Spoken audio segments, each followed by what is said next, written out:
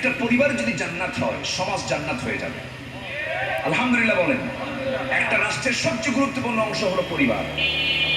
এই পরিবারটা রহমতের দরকার আছে না নাই? প্রত্যেক সদস্যকে নামাজি হতে হবে। প্রত্যেক সদস্যকে কি হতে হবে? মসজিদে আপনার ছেলে মেয়ে যেগুলো নাবালক আছে, মেয়ে হোক ছেলে হোক, আজান হবে, কোনো কথা নাই, মসজিদে পাঠিয়ে দিবেন। মা যারা আছেন, আপনার দায়িত্ব হলো আপনার ছেলে মেয়েকে সোজা মসজিদে পাঠিয়ে দিবেন। কিন্তু সমস্যা হলো কিছু মসজিদে কিছু মুরব্বী নামাজ পড়তে যায়, বাচ্চাদের দেখে চোখ এরকম বড় বানায়, আছে না? এই ডিস্টার্ব কিন্তু আমার দেশে জাতীয়ভাবে আছে না নাই? বুড়া তো সারা জীবন নামাজ পড়ে নাই, শেষ বয়সে গিয়ে মসজিদ দখল করে। বুড়া মানুষ রাগ করবেন না, আমি একটু নিজের দুঃখ থেকে বলছি। আপনি বুড়া মানুষ, আপনি নামাজ পড়তে এসেছেন, ভালো কথা।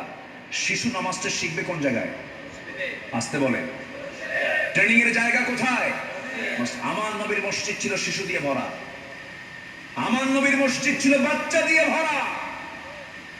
যে মসজিদগুলোতে বাচ্চাদের কান্নার আওয়াজ, হাসির আওয়াজ না শোনা যায়, ভাবতে হবে ওটা মুসলমানদের মসজিদ, ইসলামী সমাজের মসজিদ হতে পারে না। ইসলামী সমাজের মসজিদ হবে হলো বাচ্চাদের মসজিদে কিসের আওয়াজ পাওয়া যাবে? হাসি, কান্না। ওরা সামনে দিয়ে হাঁটবে, ওরা খেলবে, ওরা নামাজ না পড়ে ঘুরবে, ওদের ঘোরাটাই নামাজ, ওদের হাসিটাই নামাজ। আলহামদুলিল্লাহ বলে, জোরে বলি আলহামদুলিল্লাহ।